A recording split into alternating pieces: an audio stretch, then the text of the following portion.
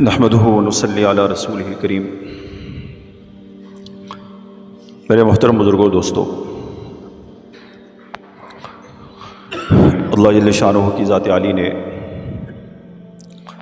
اپنے ایک خاص فضل ہم سب پہ فرمایا۔ جی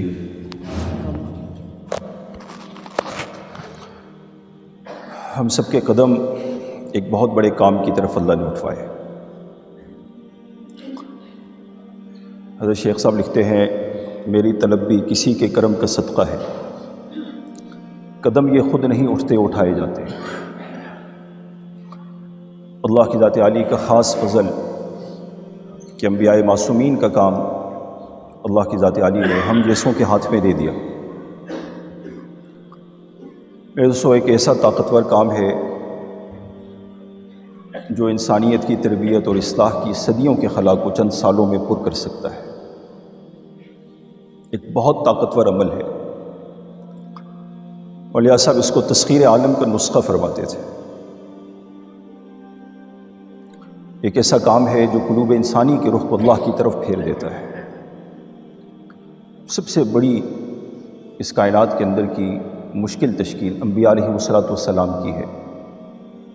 عمارتیں بنا لینا، پل بنا لینا، سڑکیں بنا لینا، پہاڑوں کو کھود کے سرنگیں بنا لینا، زمین کے اندر کی معدنیات اور اس کی کانوں کے اندر کی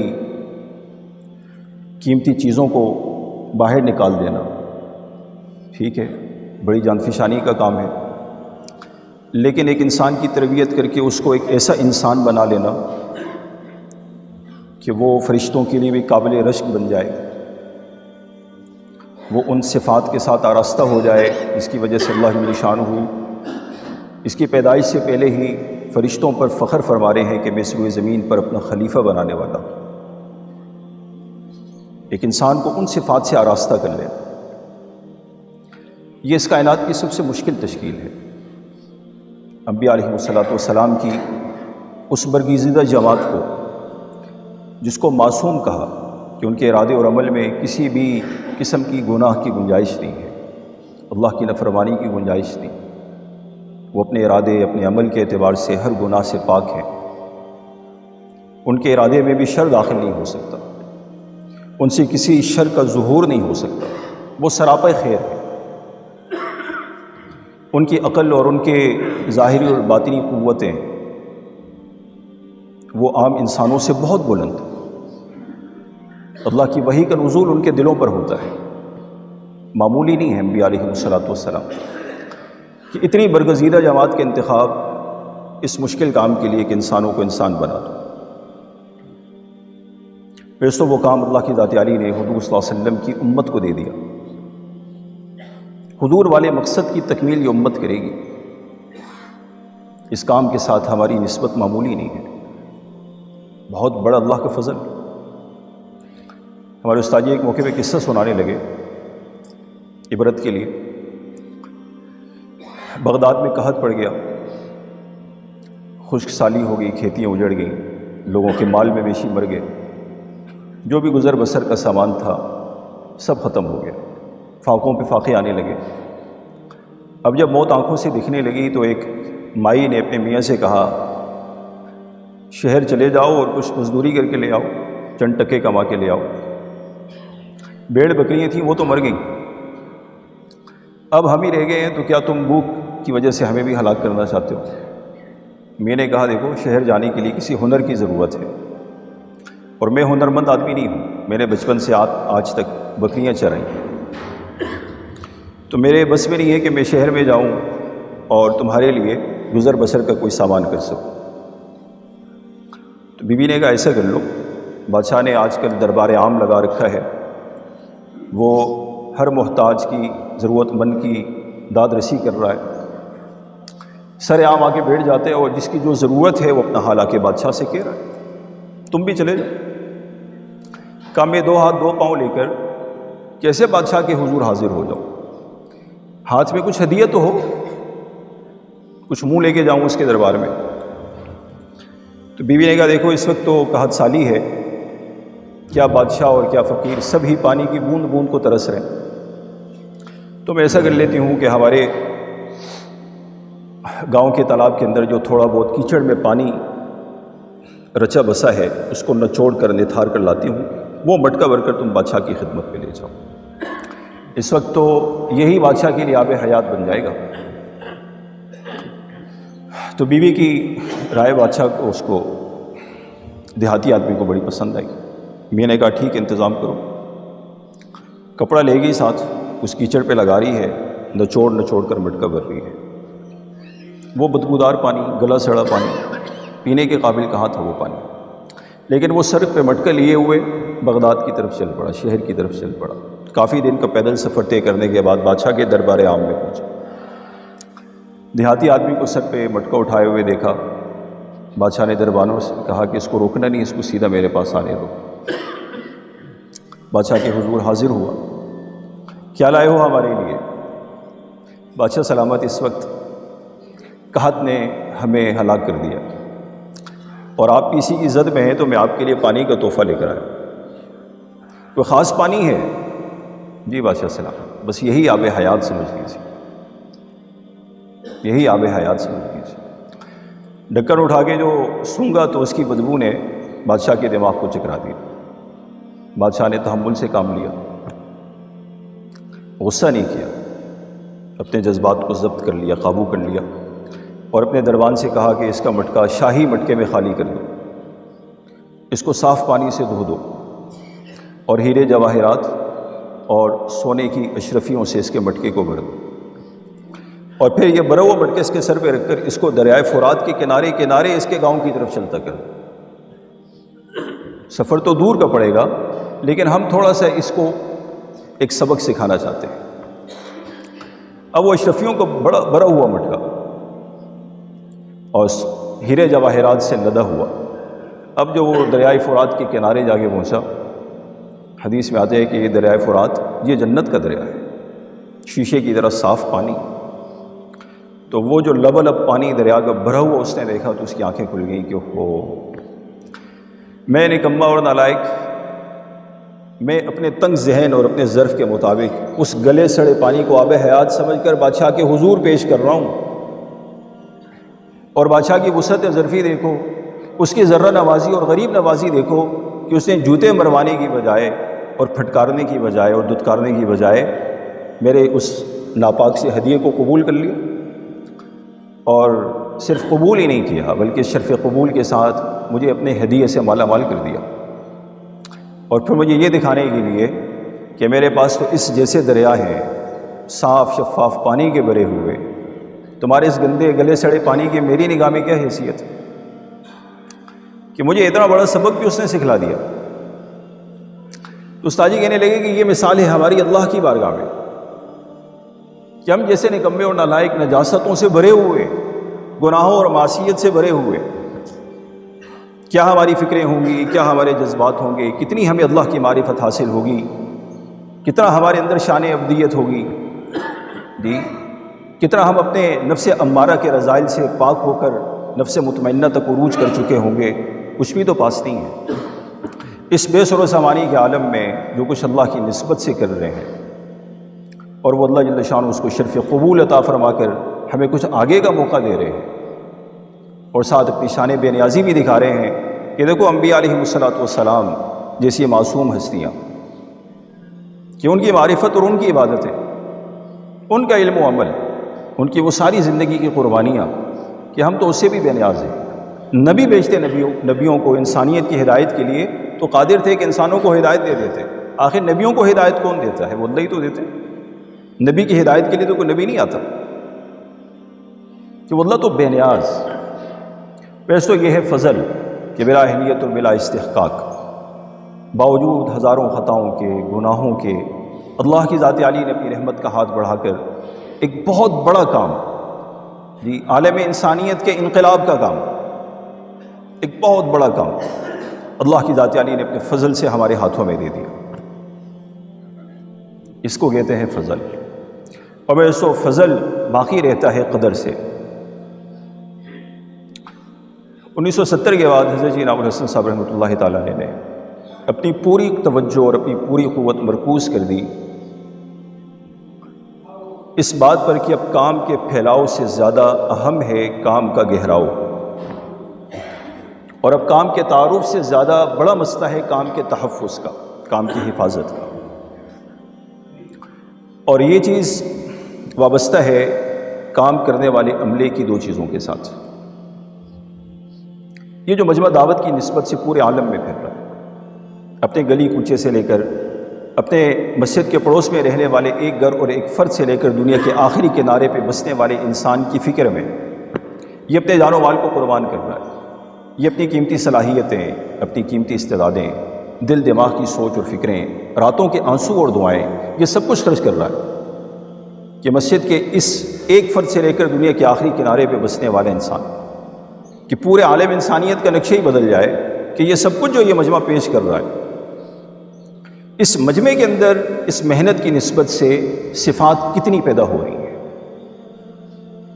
مسلسل بھی بات کو خطوط لکھ رہے ہیں مولانا صاحب کہ تمہارے ہاں سے جماعتوں کے نکلنے کی بڑی خوشخبریاں آ رہی ہیں، لیکن میرا مطمع نظر تو یہ ہے، مجھے یہ لکھ کے بھیجو جس سے مجھے خوشی ہوگی کہ یہ 6 اصول، 6 نمبر، 6 صفات جن کی پابندی اور جن کے عملاً اس مجمع میں پیدا کرنے کے لیے یہ ساری تگود و نقل و حرکت باغ دوڑ ہو رہی ہے، یہ مجمع میں کتنا پیدا ہو رہا ہے، مجھے تو یہ لکھ کے بھیجو کہ میری خوشی کا سامان یہ ہے۔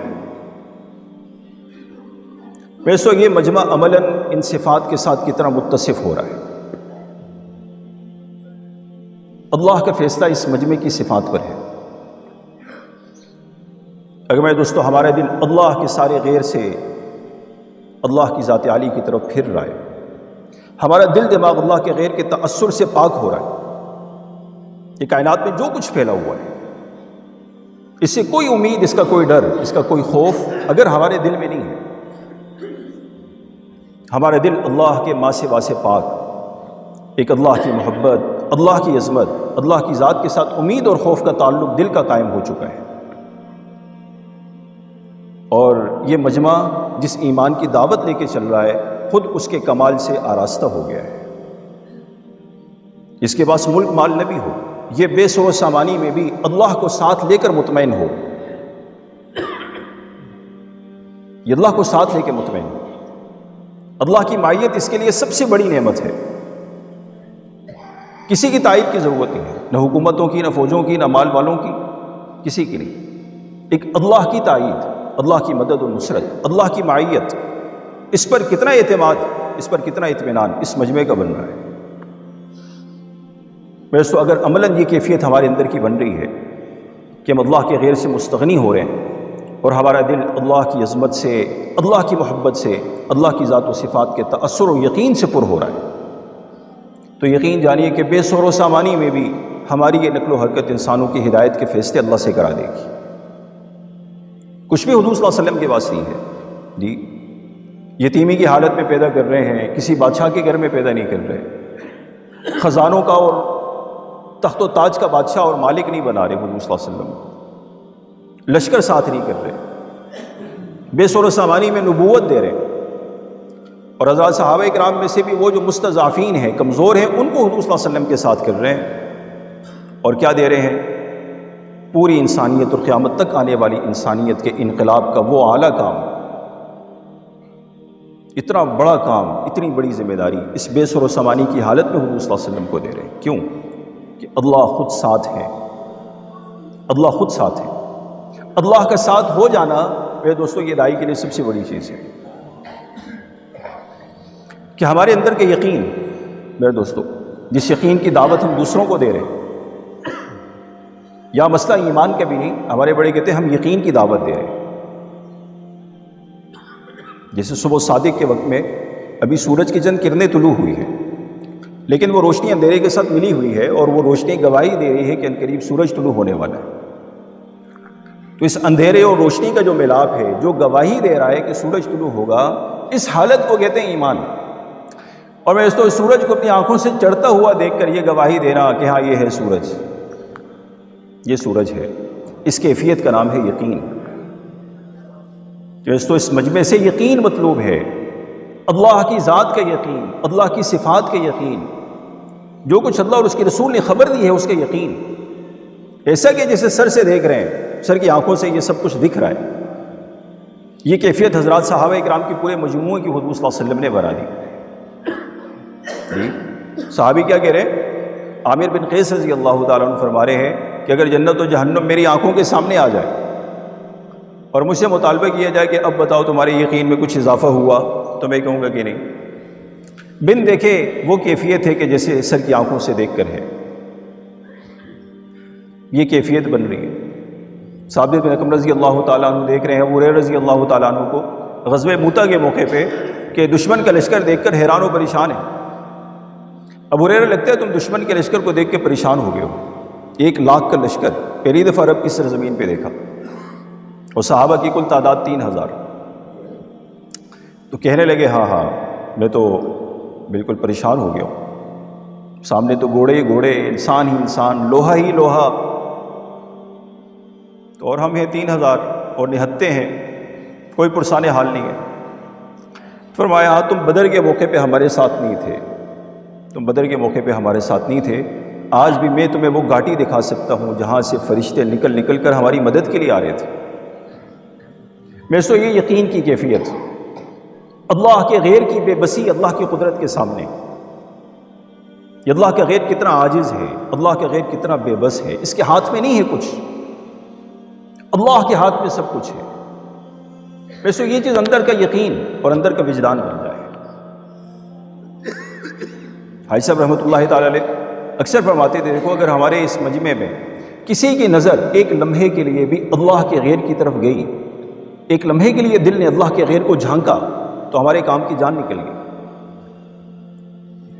ہمارے کام کی تو ابتدا سے انتہا تک میرے دوستوں بنیاد یقین پر ہے.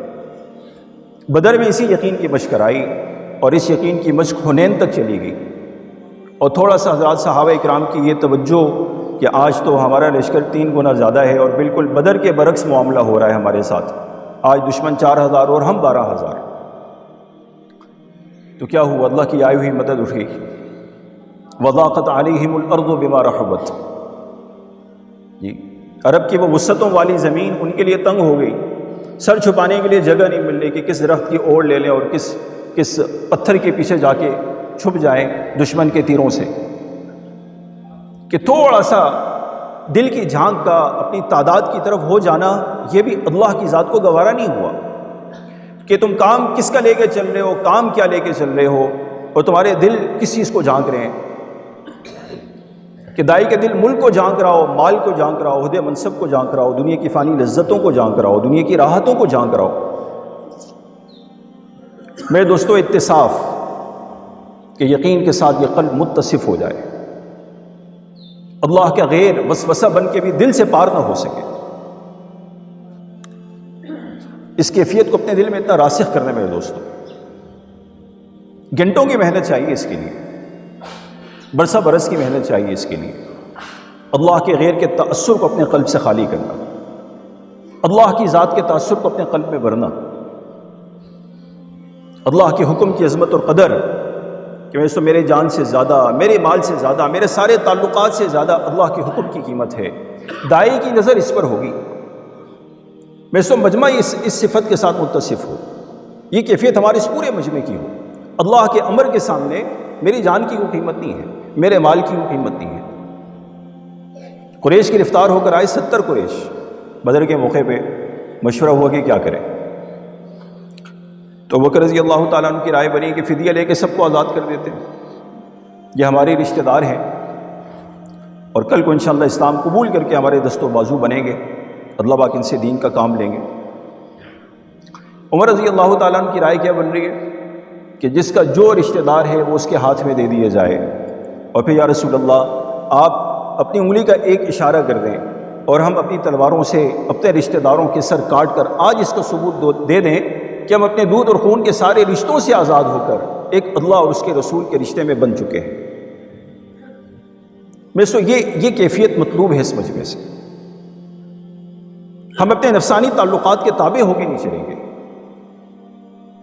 ہم اپنے نفسانی جذبوں کے تابع ہو کے نہیں چلیں گے، ہم اپنی خواہشات کے تابع ہو کے نہیں چلیں گے.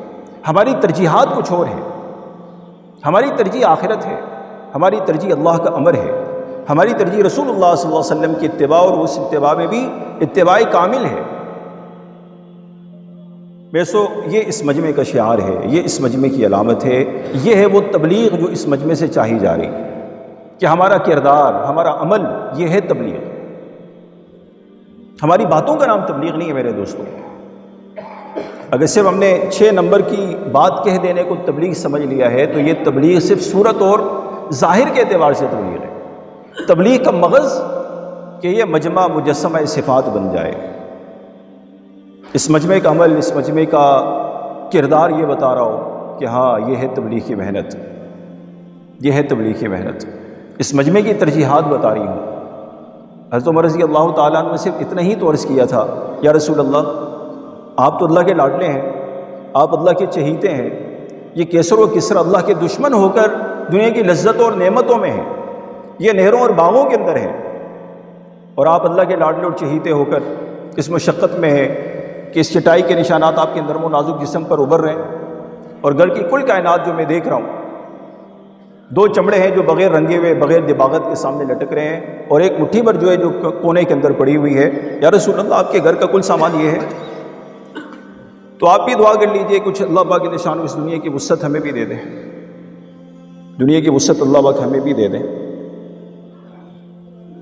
تو حضور صلی اللہ علیہ وسلم اٹھ کے بیٹھ گئے، اور غصے کے لہجے میں، تنبیہ کے لہجے میں حضرت عمر رضی اللہ تعالیٰ عنہ کو فرمایا، اے عمر کیا تم اب تک دھوکے میں ہو؟ یہ دنیا کی وسعت و راحت اس دنیا میں اللہ کی ذات عالی نے اپنے دشمنوں، ان کافروں کو دے دی، اور ہمارے لیے یہ سب کچھ آخرت میں ہے۔ اللہم لا عیش الا عیش الاخرہ، خندق کھودتے ہوئے کیا فرما رہے ہیں کہ اللہ زندگی تو بس آخرت کی زندگی ہے، کہ دائی کا رخ بالکل لیا میرے دوستو، اس کے ظاہر اور باطن کا رخ اگر آخرت کی طرف ہے تو اس کی تبلیغ وہ عملی تبلیغ ہے دوستو جو اس کے ماحول پر ہی نہیں بلکہ سارے عالم پر اثر انداز ہوگی۔ انما ہممنا الاخرہ، یہ صحابہ اکرام کا مشترکہ قول ہے، سب کا ایک ہی نعرہ ہے کہ ہم نے اپنی کلی رغبت اور اپنا کلی غم آخرت کے غم کو بنا لیا،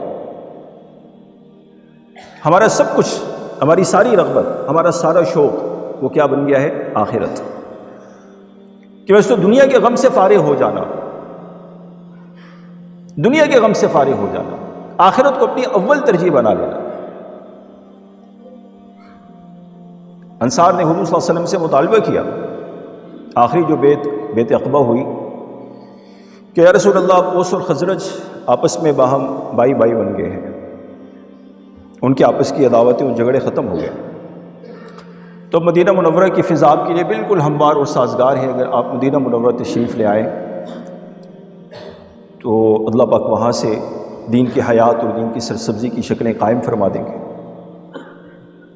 تو حضور صلی اللہ علیہ وسلم ابھی ہاں کرنے ہی والے تھے کہ بعض جو حضور صلی اللہ علیہ وسلم کے چچا ہیں پاس بیٹھے ہوئے، ان انصار سے کہا کہ انصار تمہیں پتہ ہے تم جو حضور صلی اللہ علیہ وسلم کو اپنے پاس مدینہ منورہ آنے کی دعوت دے رہے ہو، تو نبی کا ایک مقام سے دوسرے مقام پہ ہجرت کر کے چلے جانا اور کسی قوم کا نبی کا استقبال کرنا، یہ کوئی پھولوں کی سیج نہیں ہے، یہ پھولوں کی سیج نہیں ہے، یہ تو گویا ساری ناگواریوں کو اور آزمائشوں کو اور مشقتوں کو اپنے اوپر دعوت دینے والی بات ہے۔ دیکھو سارا عرب تمہارے ساتھ دشمنی مول لے گا، یہ سب ایک کمان سے تم پہ تیر برسائیں گے، تمہاری عزتیں تمہاری نہیں رہیں گی، تمہارے مال تمہارے نہیں رہیں گے، تمہاری نسلیں اور تمہارے باغات اور تمہارے گھر اجڑ جائیں گے۔ یہ معمولی بات نہیں ہے کہ تم حضور صلی اللہ علیہ وسلم کو اپنے پاس آنے کی دعوت دے رہے ہو۔ تو غرض یہ کہ باس رضی اللہ تعالیٰ عنہ نے انصار کو بہت ڈرایا اور بہت دھمکایا کہ تم ایسی بات نہ کرو کہ حضور مکہ چھوڑ کر مدینہ منورہ چلے جائیں۔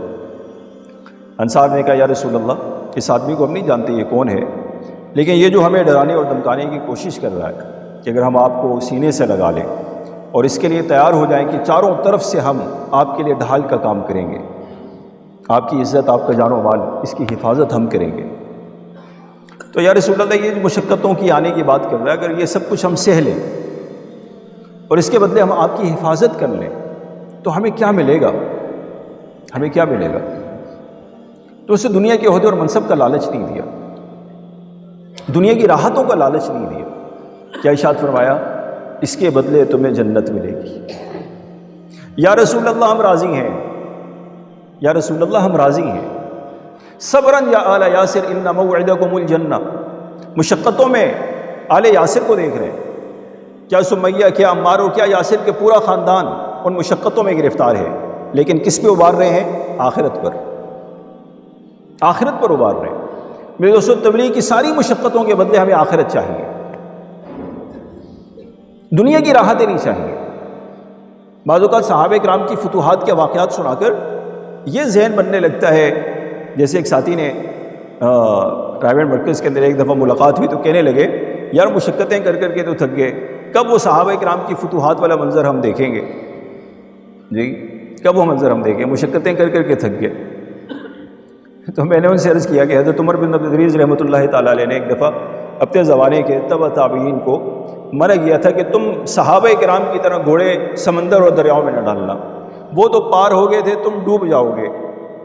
وہ کیوں پار ہوئے؟ کہ ان کی نظر اللہ پر تھی، اور تم کیوں ڈوبو گے؟ کہ تمہاری نظر صحابہ کرام پر ہوگی، تمہاری نظر اللہ کے غیر پر ہوگی، ان کی نظر اللہ پر تھی۔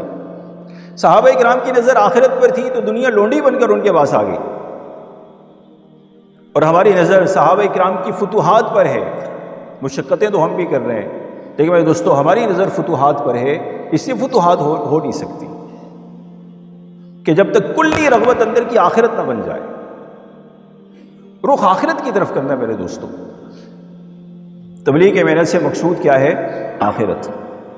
ان ساری قربانیوں اور ناگواریوں سے مقصود کیا ہے؟ بولیے، آخرت۔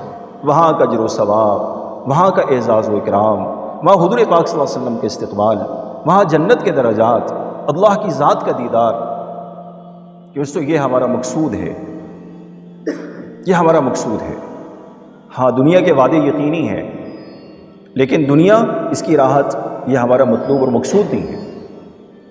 کہ دوستو کتنا آخرت دل میں اتر رہی ہے، کتنا آخرت ہمارے اندر کی رغبت بن رہی ہے، اس پر اللہ کی طرف سے فیصلہ ہوگا ہدایت کا، کہ یہ پورے کا پورا مجمع میرے دوستو آخرت کا طالب بن جائے، اس پورے مجمع کا رخ آخرت کی طرف ہو جائے۔ اور دوستو ہمارے اندر کا ذوق عبادت، ہمارے اندر کا ذوق ابدیت، کتنا ہم دنیا کی ساری مصلحتوں سے نگاہ ہٹا کر ایک اللہ کے حکم کو پورا کرنے کے لیے اپنا سب کچھ پیش کر رہے ہیں۔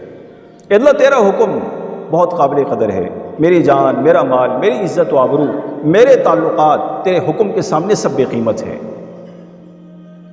کہ میں یہ اندر کا جذبہ اللہ کے حکم کے پورا کرنے پر انسان کو آمادہ کر رہا ہو، اللہ کے تعلق کی کیفیت ہو، اللہ کی محبت کی کیفیت ہو، اللہ کے حکم کی عظمت سے، اس کی اطاعت کے شوق سے ہم سب کے سب سرشار ہوں، کیفیت ہماری علم والی اور ذکر والی ہو۔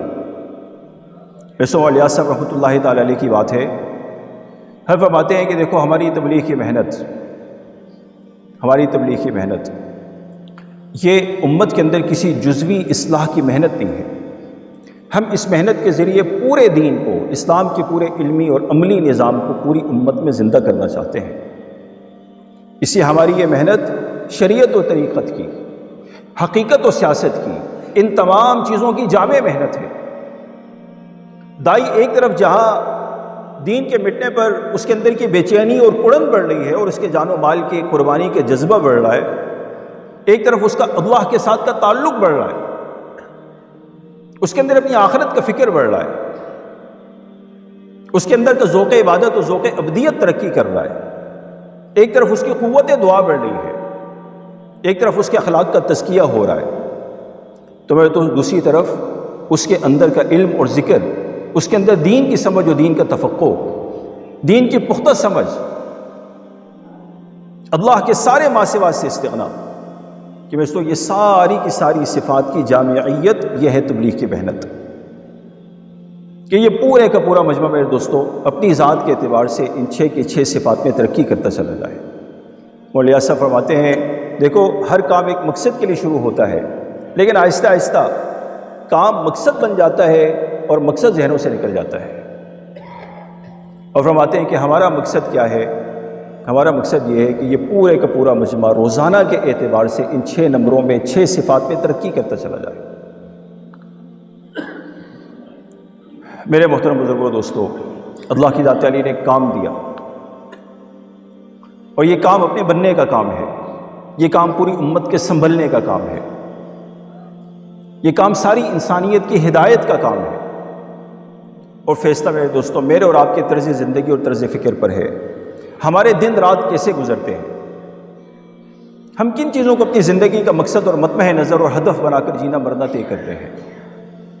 تھوڑی سی دنیا کی راحتیں، تھوڑی سی دنیا کی فانی لذتیں، گھر والوں کی راحتیں، ان کی خواہشات، گھر کی چار دیواری کے اندر کی ضرورتیں اور حاجتیں، اس کی تکمیل، اس کے لیے دن رات کی بھاگ دوڑ، اسی کے لیے سوچ اور فکر، اسی کے لیے لائے عمل، اسی کے لیے جان و مال کی قربانی۔ میرے دوستو یہ امت پوری انسانیت کی ہدایت کی کفیل اور ذمہ دار ہے۔ یہ امت مبعوثہ ہے۔ آج میرے دوستو امت اپنے مقصد سے ہٹنے کی وجہ سے، آج امت اپنے مقام اور منصب پر نہ ہونے کی وجہ سے، آج ساری انسانیت کی حق میں ایک مجرمانہ غفلت کا شکار ہو رہی ہے۔ حضرت مولانا حسن ندوی رحمۃ اللہ تعالیٰ علیہ نے چونکہ تاریخ پر بہت گہری نظر تھی حضرت کی، تو حضرت نے فرمایا کہ دیکھو صدیوں پہ ہماری محیط حکومتیں پوری دنیا میں، کیا ہندوستان، کیا یہ عرب، کیا یہ اندلس اور اسپین، کہ صدیوں پہ محیط ہماری حکومتوں کے تنزل کا سبب انسانیت کی حق میں ہماری یہ مجرمانہ غفلت اور کوتاہی کہ ہم نے انسانیت کے اس سمندر کے رخ کو اللہ کی طرف اور آخرت کی طرف پھیرنے کے لیے جو جان و مال کی قربانی دینی تھی وہ نہ دی۔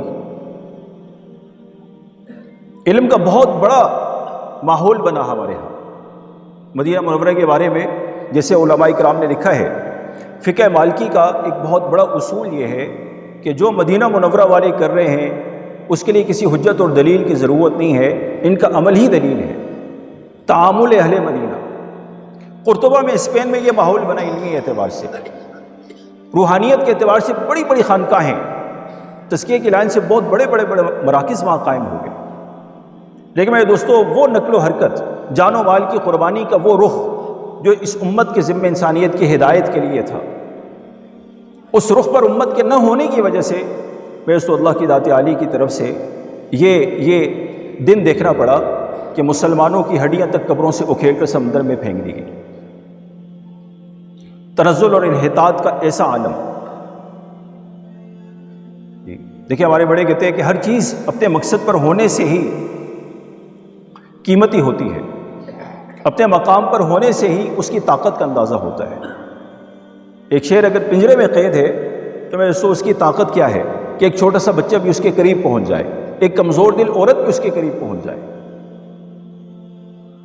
اور اگر وہی شیر جنگل کے اندر ہو اور سو رہا ہو تو بڑے سے بڑا مضبوط دل پہلوان بھی اس کے قریب جانے سے ڈرے گا۔ وہ تو سو رہا ہے، خراٹے مار رہا ہے، لیکن یہ پہلوان اس کے قریب جانے سے ڈر رہا ہے۔ کیوں؟ یہ جنگل کا شیر ہے، آزاد ہے، کسی وقت بھی حملہ کر سکتا ہے۔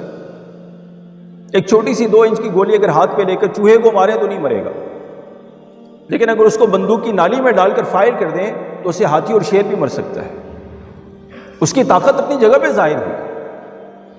ایک قلم کسی جاہل کے ہاتھ میں دے دیں تو اپنا دستخط بھی نہیں کر سکے گا، نام بھی نہیں لکھ سکے گا، لیکن ایک دانشور کے ہاتھ میں دے دیں، ایک مصنف کے ہاتھ میں دے دیں تو وہ ایک ایسا مضمون جس سے قوموں میں انقلاب آ جائے وہ تحریر کر سکتا ہے، وہ بڑی سے بڑی انسانیت کی تاریخ رقم کر سکتا ہے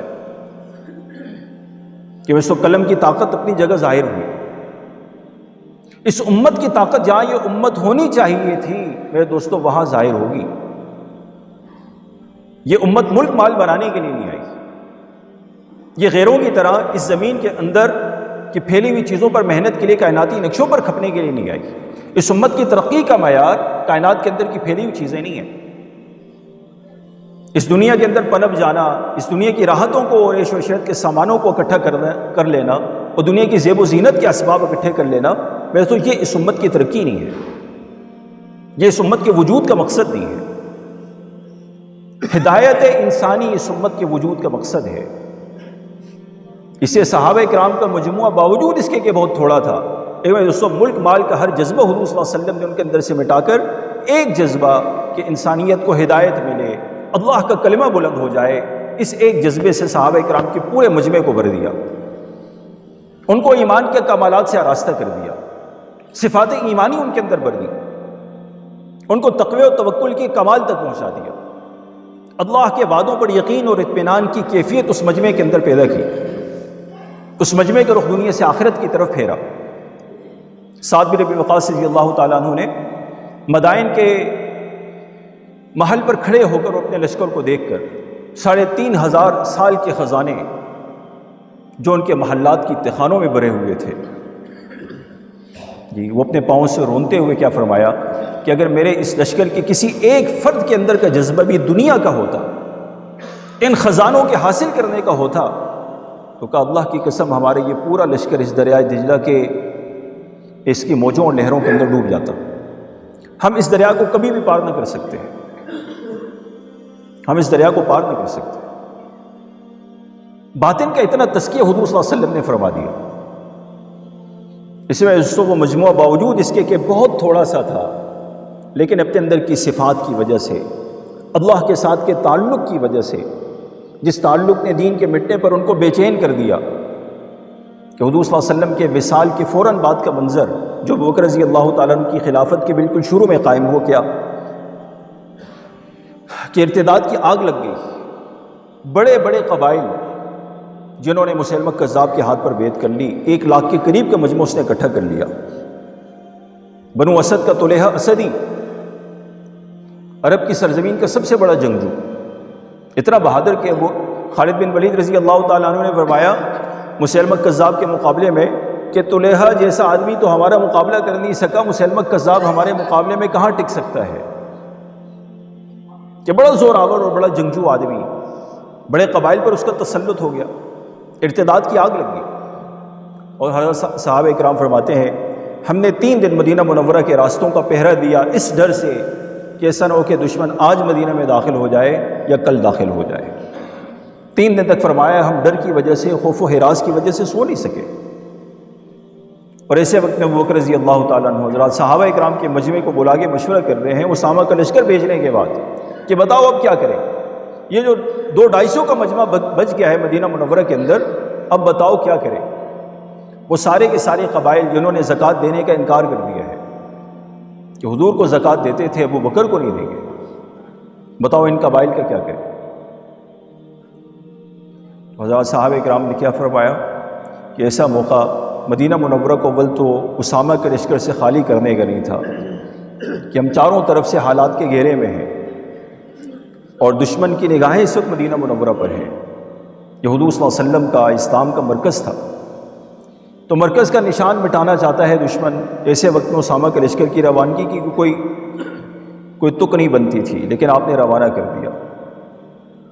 اب یہ جو 200-250 کے قریب کا مجمع ہے اس کو تو مدینہ منورہ میں رہنے دیں، خدا نہ خواستہ اگر کوئی بھی جنگ کی صورت پیش آ گئی تو دفاع ہو سکے۔ تو ابو بکر رضی اللہ تعالیٰ نے فرمایا کہ دیکھو تم میں سے کوئی میرے ساتھ جانے کے لیے اگر تیار نہ ہونا تو میں اکیلا نکل جاؤں گا، چاہے اس سارے عرب سے مجھے دشمنی مول لینی پڑے، میں آسمان سے گرا دیے جاؤں اور زمین پر گرنے کے بعد میری بوٹی تک تمہیں نہ ملے، اور تم سب کو اگر مدینہ سے نکالنے کے بعد دشمن مدینہ منورہ میں داخل ہو جائے، ازواج مطہرات سب شہید کر دی جائیں، اور اسامہ کا لشکر جانے کے بعد ان کے جو پسماندگان ہیں یہ سب شہید کر دیے جائیں، اور پورے مدینہ میں ان لاشوں کو دفنانے اور کفنانے والا کوئی بھی باقی نہ ہو، اور جنگل کے کتے اور درندے آ کر ان لاشوں کو گلیوں میں گھسیٹ رہے ہوں، ازواج مطہرات کے گوشت نوچ نوچ کے کھا رہے ہوں، میں یہ سب کچھ برداشت کرنے کے لیے تیار ہوں۔ لیکن حضور صلی اللہ علیہ وسلم کے زمانے میں ایک آدمی اونٹ کے ساتھ رسی زکوٰۃ میں دیتا تھا، اور آج آگے کہتا ہے ابو بکر کو اونٹ تو زکوٰۃ میں دوں گا لیکن اس کی نکید اور رسی نہیں دوں گا۔ کہ اللہ کی قسم میں یہ سب کچھ قربان کرنے کے لیے تیار ہوں، یہاں تک کہ ازواج مطہرات کا تقدس بھی قربان کر سکتا ہوں، لیکن اونٹ کے ساتھ کی رسی کے برابر زکوٰۃ کی کمی یہ میں برداشت نہیں کر سکتا۔ میں یہ وہ جذبہ تھا جو حضرات صحابہ کرام کے پورے مجموعوں کے دے کے جا رہے ہیں، تو قربانی کا یہ جذبہ کہ اللہ تو ہم سے ہمارا سب کچھ لے لے اور مٹے ہوئے دین کو پورے عالم میں زندہ کر دے، سارے عالم کے لیے ہدایت کا فیصلہ فرما لے۔ آج دنیا میں بسنے والی ساری قومیں میرے دوستوں تباہی کے دہانے پہ آ کھڑی ہوئی، کیا امریکہ اور کیا یورپ، کیا افریقہ، کیا ایشیا، کیا آسٹریلیا، آج پوری دنیا انسانیت سے آری ایک حیوانی و شیطانی زندگی کا منظر پیش کر رہی ہے۔ بڑے بڑے القابات انہوں نے اپنے لیے آویزاں کیے، یہ جدت ہے، یہ ترقی ہے، یہ ڈیولپمنٹ ہے، یہ ماڈرنزم ہے، یہ فلاں ہے، یہ فلاں ہے، اس کے پیچھے کی جن بھیانک اور خطرناک حقیقتوں کو وہ چھپانا چاہتے ہیں، ویسے وہ چھپ نہیں سکتی۔ ویسے یہ ایک محنت اللہ کی ذات علی نے اپنے فضل سے ہمارے ہاتھوں میں دے دی۔ اس محنت کے اندر لگا ہوا یہ مجمع اگر اپنے آپ کو صفات سے آراستہ کر لیتا ہے، یہ مجسمہ صفات بن جاتا ہے، اس کے کردار اور عمل سے یہ صفات ظاہر ہونے لگتی ہیں۔ اس مجمع کی نماز ایسی نماز کہ لگے کہ ہاں آج اگر ابو بکر اور عمر کی نماز دیکھنی ہے تو اس مجمع کی نماز دیکھ لو۔ ان کے اللہ کے سامنے کی آہوزاری اور رات کا تضرع، اللہ کے سامنے ان کا بلبلانا، امت کے لیے سسکنا، اگر تم نے دیکھنا اس زمانے میں تو اس مجمع کو دیکھ لو، اس کی راتیں دیکھ لو۔ حضرات صحابہ کرام والا تقویٰ تم نے دیکھنا کیسے وہ تنہائیوں میں بھی اپنے آپ کو اللہ کی نافرمانی اور گناہ اور معصیت سے روکتے تھے۔ اللہ کا خوف و خشیت تنہائیوں میں بھی ان کو گھیرے ہوئے ہوتا تھا۔ وہ مجلسوں میں بزرگ اور تنہائیوں کے اندر شیطان و نفس کے غلام نہیں تھے۔ اگر تم نے آج حضرات صحابہ کرام کے تقوی کو دیکھنا ہے، اس کی عملی تصویر دیکھنی ہے تو آؤ ہمارے اس مجمع کو دیکھ لو۔ ویسے اگر یہ مجمع عملاً ان صفات سے آراستہ ہو جاتا ہے اور قربانی کے تسلسل پر آ جاتا ہے، اور صرف تسلسل بھی نہیں، پیسوں قربانیوں میں جو ترقی مطلوب ہے، جس کو ہمارے بڑے کہتے ہیں کہ کام نہیں، کام میں قربانی، اور قربانی بھی ایسی کہ جان جاتی ہوئی نظر آئے، کہ اگر یہ منظر یہ مجمع آج قائم کر لیتا ہے، یہ اپنے سارے ذاتی، اپنے گھریلو اور کاروباری تقاضوں پر امت کے اجتماعی مسئلے کو غالب کر لیتا ہے۔ ویسے یہ مزاج صحابہ کرام کا بنا کہ اگر آج اس مزاج کے مطابق اس مجمع کی تربیت ہو جاتی ہے، اس نہج پہ اس مجمع کی تربیت ہو جاتی ہے، تو ویسے یقین جانیے یہ مٹھی بھر مجمع جو اس مسجد کے اندر اس وقت ہے، اس کے ذریعے اللہ پوری دنیا کی کایا پلٹ سکتے ہیں۔ آج پوری دنیا کا نقشہ اس ایک چھوٹے سے مجمع کے ذریعے اللہ بدل سکتے ہیں۔ زیادہ نہیں تھے حضرات صحابہ کرام، لیکن اس مٹھی بھر مجمع کے اندر کی صفات، ان کے اندر کے جذبات نے ویسے قیامت تک دین کی حفاظت کی شکل امت میں قائم کر دی۔ آج یہی چاہا جا رہا ہے میرے دوست، یہی چاہا جا رہا ہے۔ تو میں نے شروع میں عرض کیا کہ 70 کے بعد سے لے کر زندگی کے آخری دم تک، یعنی 95 تک، حضرت جناب الحسن صاحب رحمۃ اللہ تعالیٰ علیہ نے اپنے اس پورے دور عبارت کے اندر اس بات پہ سب سے زیادہ زور دیا کہ اب اس مجمع کے اندر کی صفات اور اس کی قربانیوں پر اللہ کے ہاتھ سے ہوگا فیصلہ۔ کام میں سطحیت اگر آ گئی اور کام میں رسمیت آ گئی، جس بصیرت اور یقین اور جس انشراح کے ساتھ اس مجمع کو آگے بڑھنا ہے، یہ مجمع اللہ کے وعدوں پر کتنا مطمئن ہو اس کام کے اعتبار سے۔ اسلام کی سرسبزی اور حیات اس محنت کے علاوہ کہیں نظر نہ آئے۔ انبیاء تو سارے ہی حق ہیں، لیکن اتباع کا حکم کس کا ہے بولیے؟ صرف رسول اللہ صلی اللہ علیہ وسلم کا ہے۔ سارے نبیوں کو حق مانتے ہیں، لیکن اتباع کس کی کریں گے بولیے؟ صرف رسول اللہ صلی اللہ علیہ وسلم کی کریں گے۔ دین کے سارے شعبوں کی حقانیت، ان کی عظمت، ان کی قدر، یہ ایک دائی کے دل کے اندر، لیکن پورے انہماک اور یکسوئی کے ساتھ، جس کو ہمارے بڑے استخلاص کے لفظ سے تعبیر کرتے ہیں کہ دائی کا ہر وقت کا مشغلہ، اس کی ہمتاً مشغولی کہ وہ دعوت ہے۔ دعوت سے مراد دعوت کے بول یا نقل و حرکت نہیں ہے، بلکہ دعوت ان سارے اعمال اور صفات کا مجموعہ ہے جو میں عرض کرتا ہوں جی۔ صرف پھرنا پھرانا نہیں، بلکہ یہ ساری چیزیں جس کو ہم دعوت کی محنت سے تعبیر کرتے ہیں، کہ جہاں دین کے مٹنے پر ایک کڑن اور بے چینی ہے، آج اس کو کھانا اچھا نہیں لگ رہا، کیا وجہ؟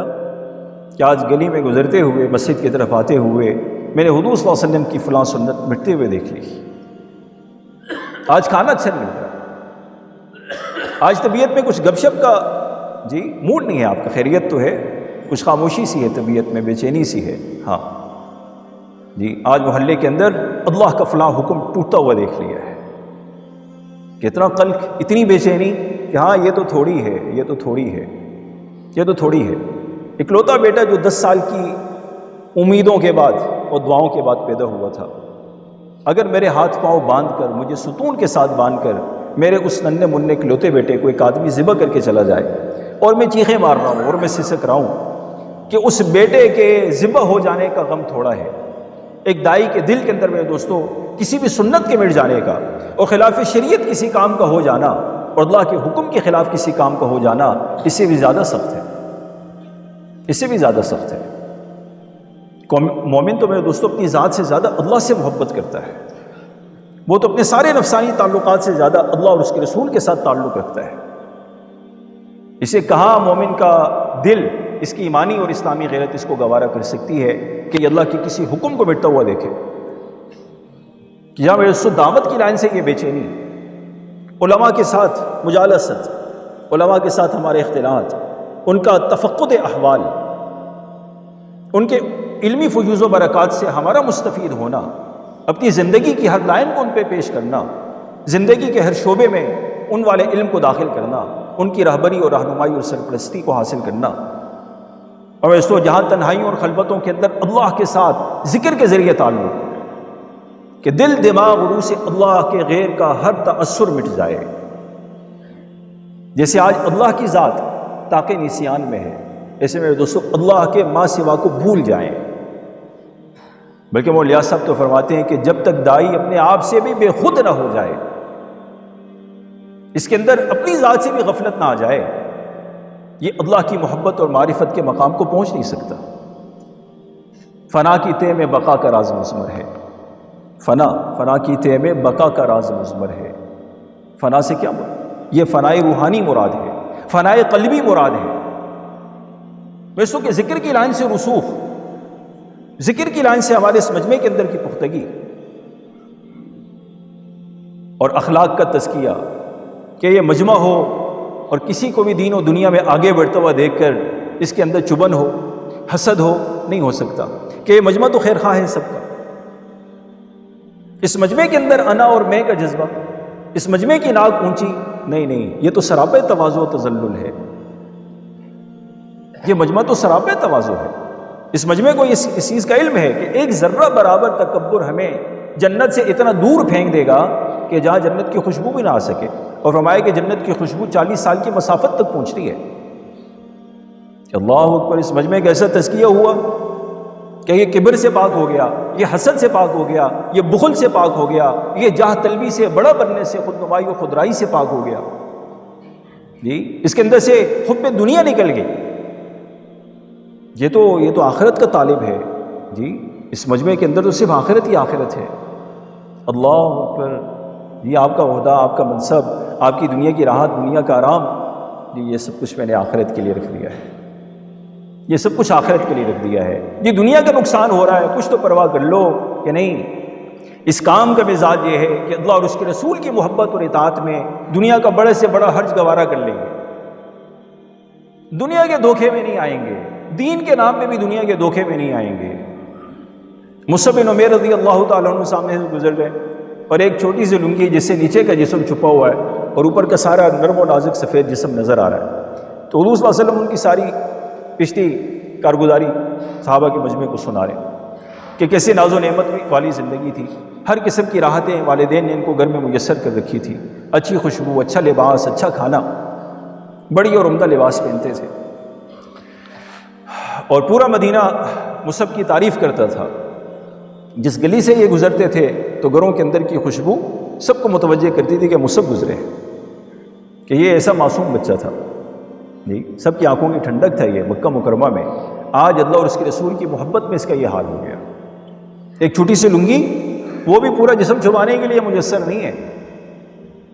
اب حضور صلی اللہ علیہ وسلم روئے، صحابہ بھی روئے، اور پھر حضور صلی اللہ علیہ وسلم نے فرمایا، تھوڑا سا آگے پہ نظر ڈال کے فرمایا کہ میرے صحابہ قریب ایک ایسا وقت آنے والا ہے کہ تمہارے سامنے ایک پیالہ بھرا ہوا کھانے کا صبح اور ایک شام کو پیش کیا جائے گا، اور تم ایک جوڑا صبح اور ایک شام کو بدلو گے۔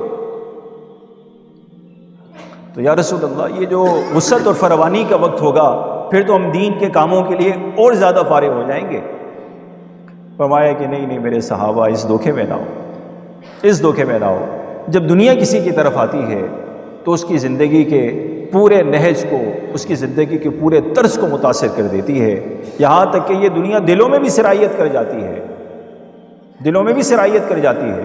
آج کا یہ وقت جب کہ تم مشقتوں اور ناگواریوں میں اللہ اور اس کے رسول کا ساتھ دے رہے ہو اور دین کے تقاضوں پہ لبیک کہہ رہے ہو، اپنے پکے ہوئے باغوں کو چھوڑ کے جا رہے ہو، گھر کے چولہے بجھا کے جا رہے ہو، بے سر و سامانی میں اپنی ساتھ بیٹیوں کو یتیم کرنے کے لیے تم تیار ہو، کہ یہ جو تمہارا وقت ہے یہ اس وقت سے بہتر ہے جب دنیا تمہیں گھیر لے گی، اور دنیا کی وسعت اور فراوانی اور اس کی فتوحات ہو جائیں گی. کہ میرے دوستوں صحابہ کو اس دھوکے میں نہیں آنے دیا کہ یہ مجمع دنیا کے دھوکے سے ایسے نکلا ہوا. میرے دوستوں یہ سب کچھ کا مجموعہ ہے دعوت کی محنت. اس سب کچھ کا مجموعہ ہے دعوت کی محنت. اس میں دعوت اللہ، اس کے اندر تعلیم و تعلم، اس کے اندر ذکر و عبادت اور خدمت. کہ میرے دوستوں یہ وہ اعمال دعوت ہیں، یہ وہ اعمال نبوت اور ہدایت ہیں کہ اگر اس مجمع کی ان اعمال اور صفات کے اعتبار سے تربیت ہو جائے تو یہ مٹھی بھر مجموعہ عالم انسانیت کی ہدایت کے لیے، قیامت تک آنے والی انسانوں کی ہدایت کے لیے اللہ کی قسم کافی ہے. اللہ نے اتنا طاقتور کام ہمارے ہاتھوں میں دیا ہے. میرے دوستو ضرورت اب قربانیوں میں اور صفات میں آگے بڑھنے کی ہے. اس کام میں رسوخ اور پختگی، اس کام میں گہراؤ، اس کام میں حقیقت کی شان. صرف پھرنا پھرانا اور باتیں کرنا ہے. جی دیکھیں مولانا صاحب رحمۃ اللہ، بلکہ مولانا یوسف صاحب رحمۃ اللہ تعالیٰ علیہ کی بات ہے.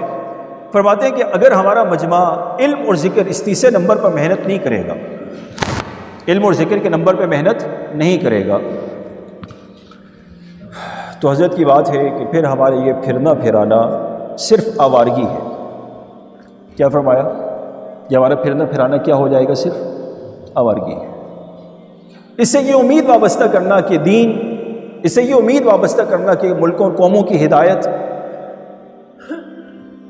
اس سے میرے دوستو ایک معتدل مزاج اور پورے انہماک و یکسوئی کے ساتھ، جو مولانا صاحب رحمۃ اللہ تعالی علیہ سے کہا کہ آپ کی جاگیر اور جائیداد کاندھا میں غصب ہو گئی اور ہم چاہتے ہیں کہ وہ آپ ہی کو مل جائے اور اس کے سارے منافع آپ کے تبلیغی مساعی پہ خرچ ہوں، اس مرکز کی ضروریات پر خرچ ہوں. تو حضرت نے کیا فرمایا کہ بھئی تم جانو تمہارا کام. کہ حضرت آپ کے ایک دستخط چاہیے، تھوڑا سا وقت نکال کے بس عدالت میں حاضر ہو جائیں، تھوڑی سی کاغذی کروائی. وائے کہ میاں میرے پاس فرصت نہیں ہے، میرے پاس نہیں ہے فرصت. میری مثال تو چوراہے کے اس سپاہی کی طرح ہے جو گاڑیوں کی حرکات و سکنات پہ نظر رکھے ہوئے ہے. یہ پوری آمد و رفت کو کنٹرول کر رہا ہے.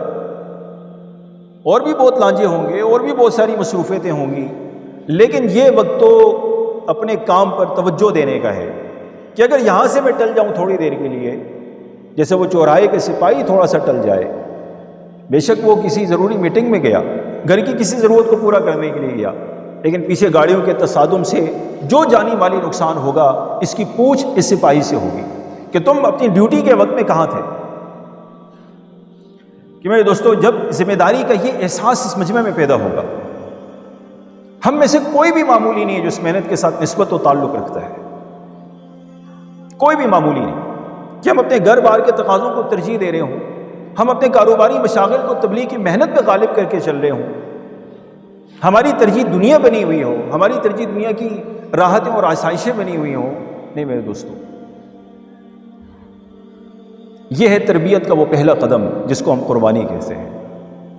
قربانی کہ ہم امت کے، انسانیت کے، دین کے اس اجتماعی مسئلے کو اپنے سارے ذاتی مسئلوں پر ترجیح دیں گے.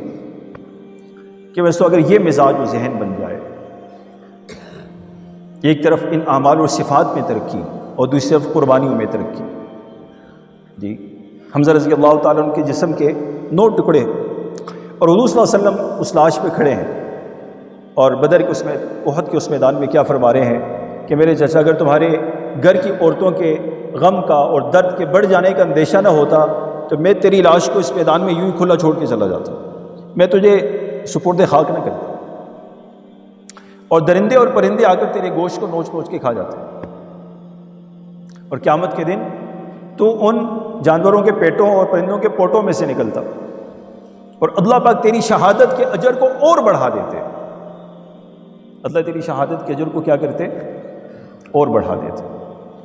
یہ ہمیں سمجھا رہے ہیں کہ حضور صلی اللہ علیہ وسلم ہمیں تعلیم دے رہے ہیں کہ اگر اللہ کے نام پہ جسم کے ٹکڑے بھی کرا لو تو ابھی بھی بس نہیں ہے. قربانی کی ایک سطح اس سے آگے بھی ہے.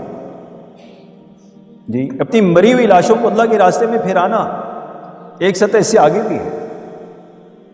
جی میں تو یہ صرف کہنے سننے کی باتیں نہیں ہیں، کہنے سننے کی باتیں نہیں ہیں، عملاً اس پر ہمیں آنے کی ضرورت ہے.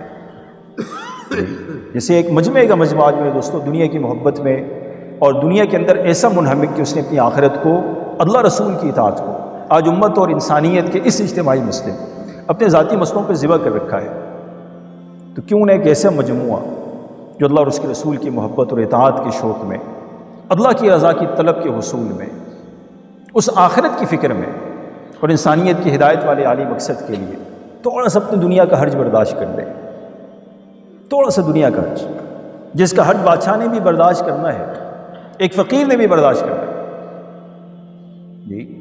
جب یہ مٹی کے پیوند بن جائیں گے تو بتائیے، جس کو دنیا ساری کی ساری مل گئی اپنی ساری رانائیوں کے ساتھ، تو آخر موت کا جھٹکا اس کو بھی خواب و خیال بنا دے گا، اور ایک فقیر کی ساری زندگی کی اسرت و تنگی بھی موت پہ جا کے ختم ہو جائے گی۔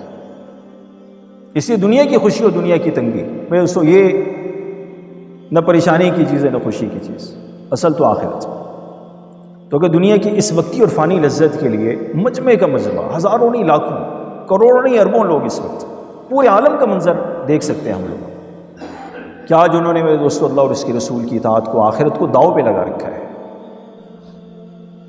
تو یہ وہ امت ہے میرے دوستو جس کے ہاتھوں اللہ کی ذات عالی نے پوری انسانیت کے نقشے کو بدلنا ہے، اور آج اس محنت کے اثرات اللہ کی فضل سے دنیا کی ساری قومیں بہت تیزی سے قبول کر رہی ہیں۔ آج ملکوں کے ملک ایسے ہیں جو کہہ رہے ہیں کہ عنقریب آگے مستقبل میں ہے، ہمیں یہ لگ رہا ہے کہ ہمارا مستقبل یقیناً اسلام کی گود میں ہے۔ جن ملکوں میں کبھی ایک مسجد نہیں ہوتی تھی، آج اللہ کی فضل سے وہاں ہزاروں مسجدیں کھڑی ہیں جی۔ کوئی قال اللہ اور قال رسول کی آواز لگانے والا نہیں تھا، آج اللہ نے وہاں سینکڑوں مکاتب اور مدارس قائم کر دیے جی۔ اور دنیا کی دلدل میں پھنسے ہوئے اور اپنی نفسانی خواہشات اور شہوتوں اور لذتوں کے بور میں پھنسے ہوئے لوگ اللہ کی ذات عالی نے تقوی کی شاہراہوں پہ ڈال دیے۔ اس ایک محنت ہے جس نے پوری دنیا کے نقشے کو بدل دیا ہے۔ کچھ عرصے پہلے ہمارے پاس آسٹریلیا کی جماعت آئی ہوئی تھی، ہمیں نصرت کا موقع ملا تو کہنے لگے کہ 70 کی دہائی کے شروع میں پاکستان کی پہلی جماعت ہمارے پاس آئی تو مایوس ہو کے آسٹریلیا سے واپس ہوئی، یہاں پہ کوئی مسلمان ہے ہی نہیں، بہت ڈھونڈنے کے بعد بھی کوئی نہیں ملا۔ تو حضرات چونکہ اہل بصیرت ہیں اور ہمارے ہاں محنت کے ایک تسلسل ہے، تو یہ کے بعد دیگر ایک دوسری جماعت کی تشکیل ہوئی۔ اس جماعت نے بہت کوشش کے بعد چند مسلمانوں کو ڈھونڈ کے نکال ہی لیا، اور ان کے نام آج بھی وہاں کی کاپی کے اندر لکھے ہوئے ہیں کہ وہ جماعت کون سی تھی اور کن مسلمانوں سے ملاقاتیں ہوئی تھی۔ آج بھی وہ کہتے ہیں کہ ہمارے پاس جو وکٹوریا میں جماعت آئی تھی اس کی وہ جو کاپی ہے وہ آج بھی ہمارے پاس محفوظ ہے، اور کہا یہ 50 یعنی 5 دہائیاں گزر گئی، 52 سال ہو گئے تقریباً، آج ہم آپ کے پاس یہاں پہ بیٹھے ہوئے ہیں۔ تو فرمانے لگے کہ ہمارے پاس اس وقت وکٹوریا جو ایک چھوٹی سی اسٹیٹ ہے آسٹریلیا کی، اس کے اندر 12 سے 13 مدارس، جس میں 1600 سے 1700 تک ہر مدرسے کے اندر بچوں کی تعداد ہے۔ یہ کہاں کی کارگزاری ہے جی؟ آسٹریلیا کی جی۔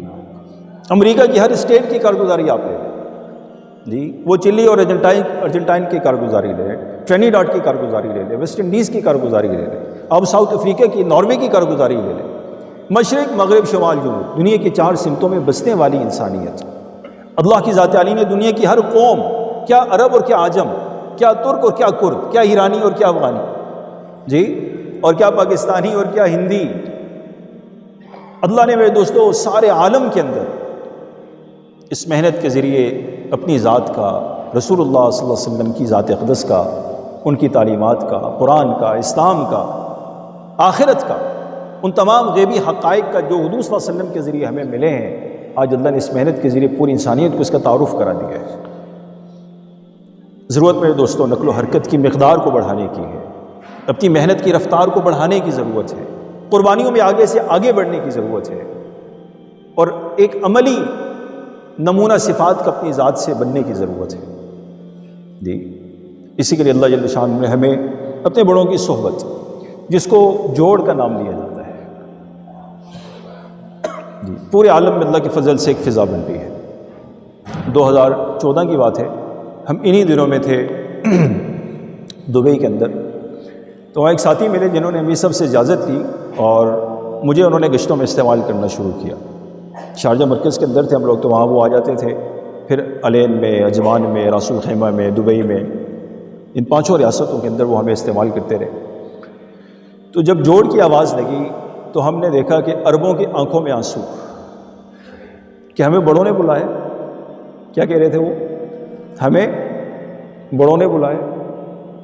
اچھا، جب ہم واپس آئے موزمبیق و سوازی لینڈ سے کام کر کے جب واپس آئے تو پتہ چلا کہ اللہ پاک کی شان نے فضل فرمایا کہ ان 5 ریاستوں کے، جس کو ہم کیا کہتے ہیں، UAE کہتے ہیں، عرب امارات کہتے ہیں، 5 ریاستوں کو جو مجموعہ ہے، اللہ نے فضل فرمایا کہ جن سے ملاقاتیں ہوئی، اللہ پاک کی شان نے ان سب کو یہاں جوڑ میں شرکت کی توفیق عنایت فرمائی۔ پیسوں بڑوں نے بلائے ہیں۔ مولانا صاحب فرماتے ہیں اس کام کے مخصوص اعمال اپنے مخصوص نہج کے ساتھ معید من اللہ ہے۔ اس میں کوئی شک نہیں کہ یہ کام اللہ کی طرف سے تائید غیبی لیے ہوئے ہیں۔ اللہ کی پوری مدد و نصرت اس کام کے ساتھ ہے جی۔ رسول اللہ صلی اللہ علیہ وسلم کی پوری روحانی توجہات اس وقت اس کام والوں کے ساتھ ہیں۔ حضرت مولانا عمر پالپوری صاحب 32 سال فجر کا بیان انہوں نے نظام الدین کے ممبر پہ کیا۔ 2-2.5 گھنٹے ان کا بیان ہوتا تھا۔ آپ میں سے بھی جو ہمارے اکابر ہیں، بڑے ہیں، ان سب نے ان کو سنا ہوگا، دیکھا ہوگا۔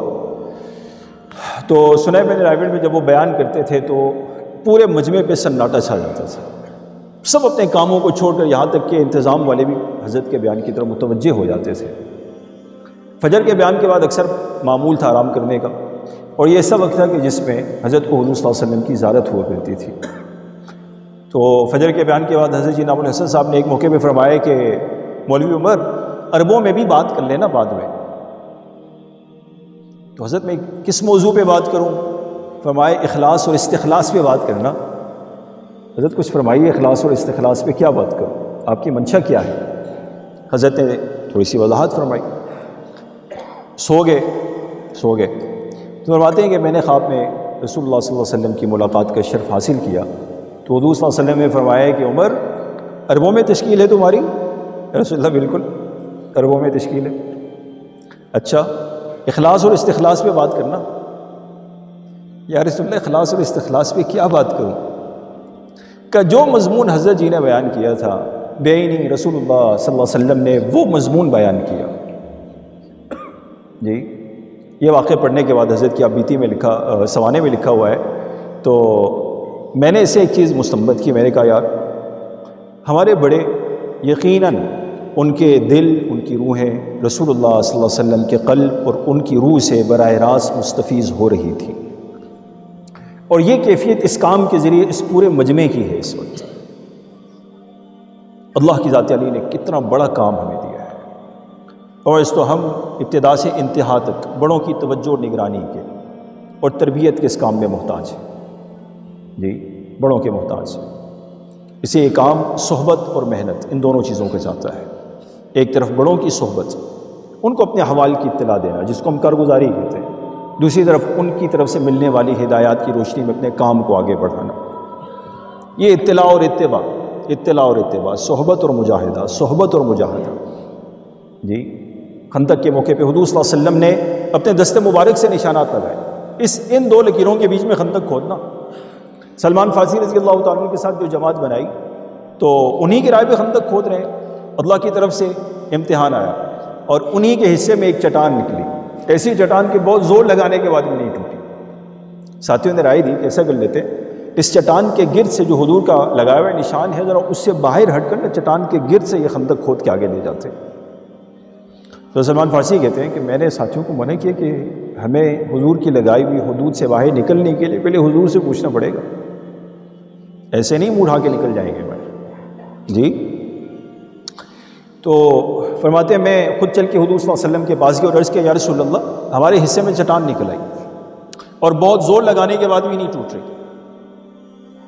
بنفس نفیس خود حضور تشریف لائے، اوپر والی لنگی ہٹائی اور ایک طرف خندق کے باہر رکھ دی، کدال لے کے خود نیچے اترے اور ایک چوٹ لگائی، اور روایت میں آتا ہے کہ پورا مدینہ اس سے نکلنے والی چنگاریوں سے روشن ہو گیا، اور حضور صلی اللہ علیہ وسلم نے فرمایا اللہ اکبر۔ دوسری چوٹ، تیسری چوٹ، چٹان ٹوٹ گئی۔ باہر تشریف لائے، یا رسول اللہ یہ کیا روشنی تھی؟ اور آپ نے ہر دفعہ اس روشنی کے نکلنے پر اللہ اکبر تکبیر کی آواز بلند کی، آخر یہ کیا تھا؟ تو فرمایا کہ یہ چٹان نہیں، اس چٹان کی ہر چوٹ پہ اللہ کی ذات عالی نے ان عالمی طاقتوں کو اور باطل کی قوتوں اور نقشوں کو توڑ دیا ہے۔ اللہ کی ذات عالی نے مجھے روم اور فارس اور حبشہ کے محلات دکھا دیے ہیں جی، اور فرمایا کہ دیکھو اگر تم میرے لگائے ہوئے اس نشان سے باہر چلے جاتے، میرے لگائے ہوئے اس نشان سے باہر چلے جاتے تو کیا ہوتا؟ تم سب ہلاک ہو جاتے۔ کیا فرمایا؟ تم سب ہلاک ہو جاتے۔ میرے سب بڑوں نے کام کے ایک نہج دیا ہے، اس کے اصول بتائے ہیں، اس کام کے خاص مزاج ہمیں سمجھا دیا ہے۔ اب یہ کام انہی اصولوں کے ساتھ، اس نہج کے ساتھ اور اپنے اس خاص مزاج کے ساتھ آگے بڑھے گا تو ہدایت انسانی کا ذریعہ بنے گا۔ خود جہاں ہماری تربیت ہوگی وہاں اللہ ملک اور قوموں کی ہدایت کے فیصلے بھی فرمائیں گے جی۔ اس کے بارے میں میرے دوستو اللہ کی ذات عالی نے یہ جوڑ کو عنوان ہمیں دے دیا، اور بڑوں کی شفقت کہ 5 دن کے لیے پورے عالم سے قرآن کے مجمع کو بلائیں گے تاکہ پوری دنیا کا کام ایک نہج پر، ایک ترتیب سے ہو، ایک اسلوب سے آگے بڑھے، پوری دنیا میں ایک ہی بات ہو، وحدت فکر اور وحدت کلمہ، وحدت فکر اور وحدت کلمہ، یہ ہمارے کام کی روح ہے۔ اس کے میں دوستو اللہ جل شانہ نے یہ عنوان ہمیں جوڑ کے دیا کہ 28 فروری سے انشاءاللہ ہمارے یہ جوڑ شروع ہوگا اور 5 مارچ کو انشاءاللہ اس کی دعا ہوگی۔ تو یہی عنوان اس وقت آپ حضرات کے یہاں جمع ہونے کا ہے کہ کیسے ہمارے پورے دربند کی ان 200 بستیوں کے اندر جوڑ کی آواز لگ جائے، جس کو بھی اللہ کی ذات عالی نے کام کے ساتھ نسبت دی ہے، اور علماء کرام جنہوں نے سال لگا دیا ہے، ہمارے وہ احباب جنہوں نے 4 ماہ لگا دیے ہیں، کوئی بھی ایسا نہ ہو جو اس جوڑ میں شرکت سے پیچھے رہ جائے۔ ایک ایسی فضا بن جائے میرے دوستو جوڑ کی جی، تاکہ ہم سب بڑوں کی صحبت میں پہنچ جائیں۔ ایک تقاضا تو یہ ہے، اور دوسرا میرے دوستو چونکہ پوری دنیا میں اس وقت ایک عالمی تقاضا مسجد وار کام کا چل رہا ہے۔ مسجد وار کام کیا ہے؟ ایک فضا اور ماحول بنانے کا نام ہے، ماحول سازی کا نام ہے۔ ہماری مسجد کے اندر ایک ایسی ایمانی فضا جس کے اندر باہر کے ماحول سے قدم رکھتے ہی ایک آدمی کا رخ اللہ اور آخرت کی طرف ہو جائے، اس ماحول کی برکت سے اس کے اندر دنیا کی بے رغبتی پیدا ہو جائے، جو اس کی پوری توجہ اور سنجیدگی کا مرکز دنیا کے حالات بنے ہوئے تھے، غربت سے مالداری کی طرف جانا جی، اس کی پوری توجہ اس پہ مرکوز تھی، یا آتے ہی یہ سب کچھ اس کو کھیل تماشا لگنے لگے کہ یار میں کہاں پھنسا ہوں۔ ایک ایسی ایمانی فضا مسجد کے اندر، ایسی موت اور آخرت کی فضا مسجد کے اندر، ایسے علم اور ذکر کی فضا، عبادت و دعا کی فضا، آپس کے کرام، محبت و سلوک اور اجتماعیت اور امت پنے کی فضا، کہ اس باہر کا سارا ماحول یہ اس کو کھیل تماشا لگے، جو اللہ کی نظر ہے اس دنیا پر کہ لائم و لہ فرما رہے ہیں اس کو، کہ اس مسجد کے اندر کا ماحول باہر کی دنیا کو یہ بنا دے اس کی نظر میں۔ یہ ہے مسجد وار کا۔ اس کے لیے دعوت، اس کے لیے علم، ذکر، عبادت، خدمت، ان سارے اعمال سے اپنی مسجدوں کو آباد کرنا، کہ کیسے اب ہمارے 5 کوس اللہ کرے اس کی ہر بستی اور ہر مسجد وہ پورے عالم کے لیے ایک نمونہ بن جائے۔ آج اگر فرانس کے 100 آدمی مرد عورت مسلمان ہو کے آ جاتے ہیں پاکستان میں رائے ونڈ میں، تو میں 100 رائے ونڈ والے کوئی ان کے سامنے دوسری رائے نہ ہو اس کے علاوہ کہ بھائی مانسیرا اس کے مضافات میں دربند کا علاقہ اللہ کے فضل سے، ایمان و عمل کے اعتبار سے، تقوی و تدین کے اعتبار سے، تعلق مع اللہ کے اعتبار سے، دعوت کی قربانی اور فکروں کے اعتبار سے ایک ایسا معیاری اور نمونے کا علاقہ ہے کہ اگر یہ فرانس کے 100 آدمی مرد عورت بچے اگر اس علاقے میں چلے جائیں تو ان کی پوری دینی، ایمانی، روحانی تربیت یہاں پہ ہو جائے گی۔ میں اس کو اپنے علاقے کو ایک ایسا علاقہ بنانا ہے۔ بس یہ ہے تبلیغ کی محنت، جس کو ہم مسجد وار محنت کہتے ہیں، جس کو ہم مسجد وار کام کہتے ہیں۔ بس تو اس کام کو بڑھانے کی ضرورت ہے۔ اللہ کے فضل سے کسی درجے میں خروج تو ہونے لگا، لیکن اس سے ایک چیز کہ ہمارا مقامی کام خروج کے ساتھ مربوط نہیں ہو رہا۔ نکلا ہوا مجمع اپنی مسجدوں کے اندر آنے کے بعد وہ فضا اور ماحول نہیں بنا پا رہا جی، جس کا نقصان کیا ہو رہا ہے کہ جس دنیا طلبی سے خدا طلبی کی طرف لے جانا چاہ رہے تھے، دوبارہ مجمع آ کر دنیا کی طلب میں اور زیادہ منہمک ہو جاتا ہے جی۔ اس کے لیے ضرورت ہے میرے دوستو مقامی کام کو خروج کو مقامی کام کے ساتھ مربوط کرنے کی، اپنے مسجد وار کاموں کو بڑھانے کی۔ اس کی بھی نیت فرماتے ہیں سب ساتھی انشاءاللہ، اللہ پاک ہم سب کو قبول فرمائے۔ تو اس کے لیے فرمائیے انشاءاللہ جی، چلہ 4 ماہ نقد جوڑ سے انشاءاللہ جی۔